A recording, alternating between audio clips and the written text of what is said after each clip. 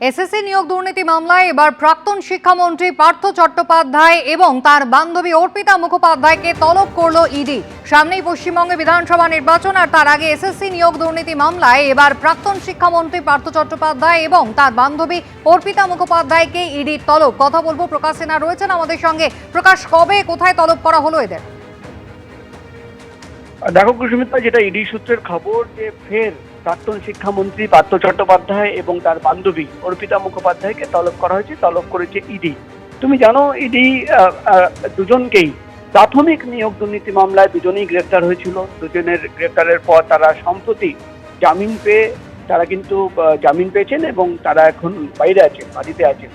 এবার কিন্তু যেটা ইডি সূত্রের খবর, এসএসসি নিয়োগ দুর্নীতি মামলায় তারা দুজনকেই তলব করা হয়েছে। হোলির পর আগামী সপ্তাহে দুজনকেই সিজিও কমপ্লেক্সে ইডি দপ্তরে হাজিরার নির্দেশ দেওয়া হয়েছে।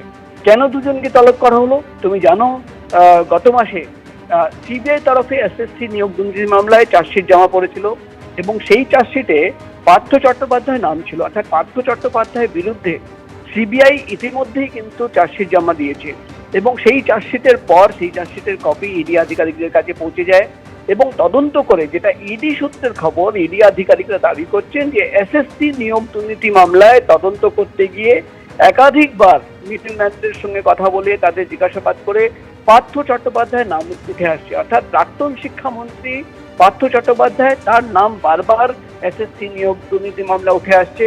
এবং তুমি জানো অর্পিতা মুখোপাধ্যায়, তার বান্ধবী, তার বাড়ি থেকে 50 কোটি টাকার সোনা গয়না এবং নগদ টাকা উদ্ধার করা হয়েছিল।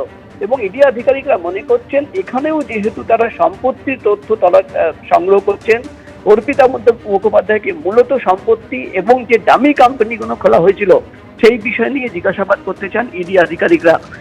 তাই ইডি সূত্রের খবর, প্রাক্তন শিক্ষামন্ত্রী পার্থ চট্টোপাধ্যায় এবং তার বান্ধবী দুজনকেই এবার কিন্তু এসএসসি নিয়োগ দুর্নীতি মামলায় তলব করা হয়েছে।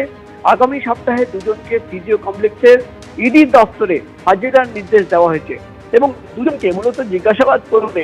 এর আগে তুমি জানো চার্জশিট জমা পড়েছে ইডির সাথে, যে ফাইনাল চার্জশিট জমা হয়েছিল প্রাথমিক নিয়োগ দুর্নীতি মামলায়, যে মামলায় ইতিমধ্যে বিচার প্রক্রিয়া শুরু হয়েছে, সেখানে কিন্তু একাধিক অভিযোগ ইডি তরফে আনা হয়েছিল প্রাথমিক নিয়োগ দুর্নীতি মামলায়, যে কিভাবে চাকরি বিক্রি হয়েছে, কিভাবে টাকা পার্থ চট্টোপাধ্যায়ের অ্যাকাউন্টে বা বিভিন্ন যে কোম্পানি খোলা হয়েছিল সেই অ্যাকাউন্টে পৌঁছে গেছিল এবং সেখানে অর্পিতা মুখোপাধ্যায়ের কি রোল ছিল, কি ভূমিকা ছিল।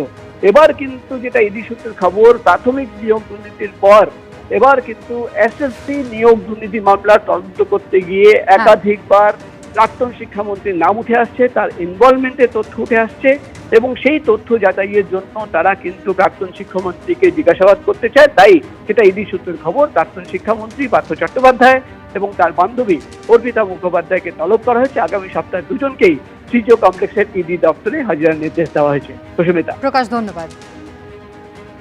এবিপি আনন্দ, এগিয়ে থাকে, এগিয়ে রাখে।